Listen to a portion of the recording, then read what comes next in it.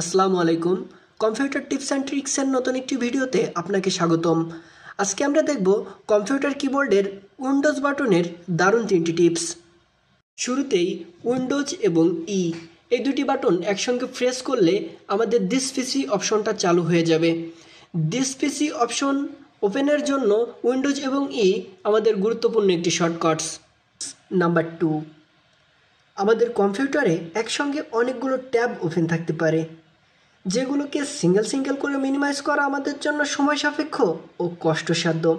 এখানে আমরা উইন্ডোজ এবং বাটনটি একসঙ্গে প্রেস করতে পারি, হয়ে গেল সবগুলো উইন্ডো একসঙ্গে minimise. Just interesting. Tips number 3, আমাদের কম্পিউটারে একসঙ্গে অনেকগুলো ট্যাব মিনিমাইজ থাকতে পারে, যেখান থেকে আমাদের কাঙ্ক্ষিত ট্যাবটি খুঁজে বের করা একটু কষ্টসাধ্য।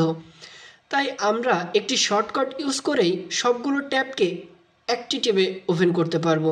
এক্ষেত্রে আমরা উইন্ডোজ প্লাস ট্যাব বাটনটি ক্লিক করতে পারি, তাহলে আমাদের সবগুলো ট্যাব একসঙ্গে ওপেন হয়ে যাবে। এখান থেকে আমরা আমাদের কাঙ্ক্ষিত ট্যাবটি সিঙ্গেল ক্লিকে ওপেন করে নিতে পারবো।